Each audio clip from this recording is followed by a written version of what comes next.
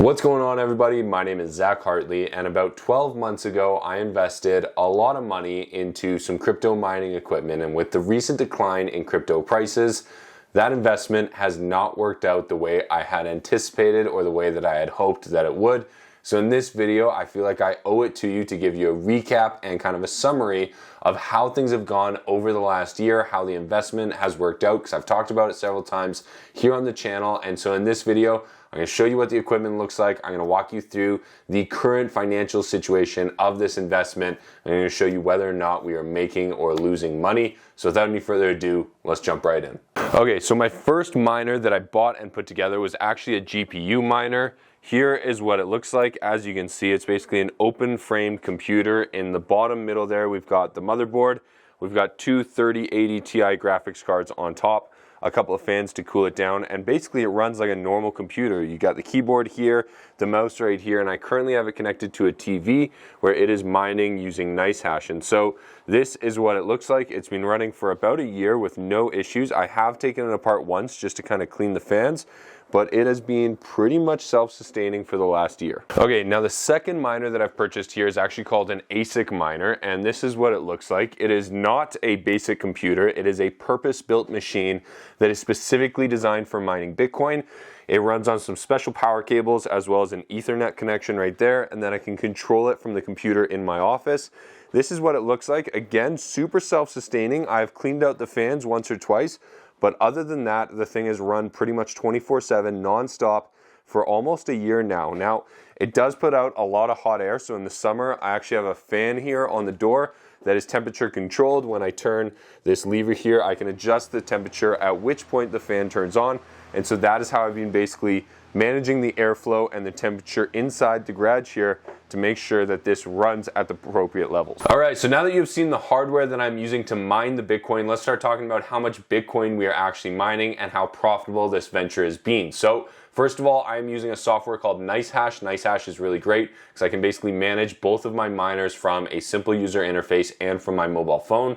Currently, we are making about $1.66 to $1.50 every 4 hours that is being deposited into my wallet. So far, we have a total on the year of $4,200, or about 18.5% of a Bitcoin. So that is the total amount of Bitcoin that we have mined throughout the year. I have not sold anything. It has basically just accumulated, and we've basically earned ourselves about a fifth of a Bitcoin. Now, that is real great, but let's start talking about the expenses and what it costs to get into this and what it costs to run one of these machines. So for the ASIC miner, the S19J Pro, that silver box that I showed you, I paid about $13,500 for that.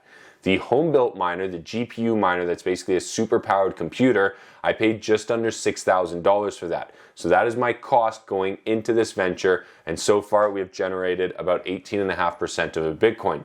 Now, the big expense here that you have to continuously pay for is electricity, and for me, I'm running this at my house, so I'm using a residential rate that I've locked in for 3 years at a fairly reasonable rate compared to what I've seen around town, so I'm pretty happy with that. Now, before I started mining was basically my baseline. That's when I wasn't mining at all, and that's when my average cost of electricity was about $177 per month. So that is what we are using as my baseline cost for electricity for my house. Anything on top of that, we are going to assume is due to the miners. Now, when we look at this throughout the year, we can see that in January to December, my bill varied fairly significantly from like $350 all the way up to $500 in a couple of different months here. And so there was some variance here. We're probably taking this a little bit conservative. You can't be totally exact on this because the bills are kind of blended together, and there's some variation in the service fees and charges with those bills as well. So when you take the total bills for the year and you minus the average bill from before I started mining, that leaves us with a difference here. My assumption is that this is how much I paid in electricity for those mining operations, and as of right now, it's $3,295 for the year of 2022. Now, when we put this all together and we say, okay, how much did we invest, how much are we getting back, and how much are we profiting? This is what it looks like. My total investment was $19,460 to get the equipment here and set up. So far, we have mined 18.54 of a Bitcoin at a current price of $22,752 Canadian per Bitcoin. I've also spent $3,295 in electricity cost on that Bitcoin, and that has left us with a profit of about $924. Now, obviously, this is probably plus or minus $20 to $50 here, but this is where we are at. That gives us a return on our investment of 4.75, which is drastically, significantly, and discouragingly lower than I had expected and that I wanted when I got into this investment. When I initially got into this, I was getting into it and I was buying this equipment when Bitcoin was around $45, $50, even $60,000 US. And my honest expectation was that it's probably not going to drop significantly lower than that. And so if it just stays at those levels or goes up over time, this is probably going to be a very profitable venture. And realistically, it would be, because if we do the math here and we just say that, let's say the price of Bitcoin was 60,000 US, probably about $75,000 Canadian, you can see that my return on my investment is over 50%. And so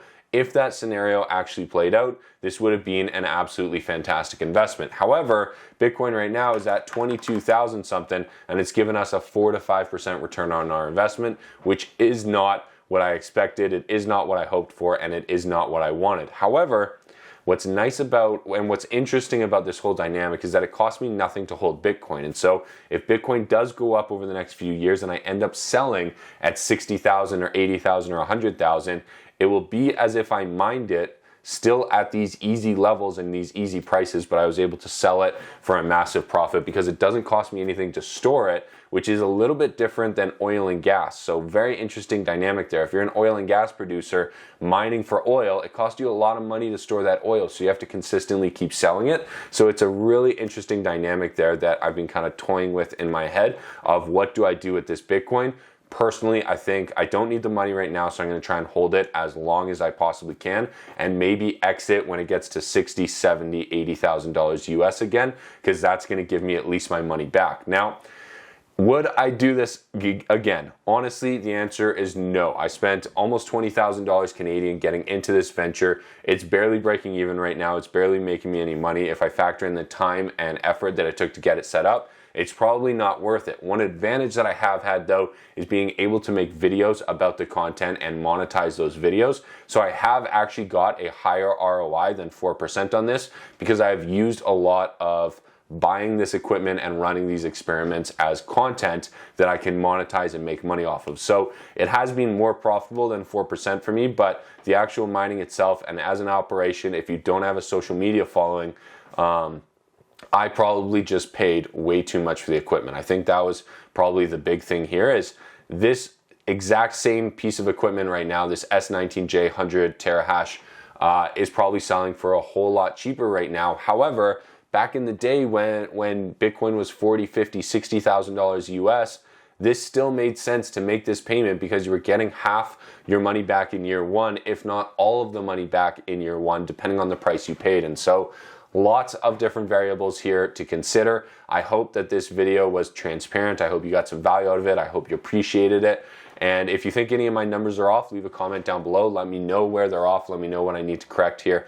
Thank you guys for watching my channel. And if you're interested in learning about cryptocurrency or investing or trying to make money in a variety of different ways, check out the links in the description down below and we will see you in the next one. Thank you so much. Good luck trading, good luck investing, and we'll talk to you soon.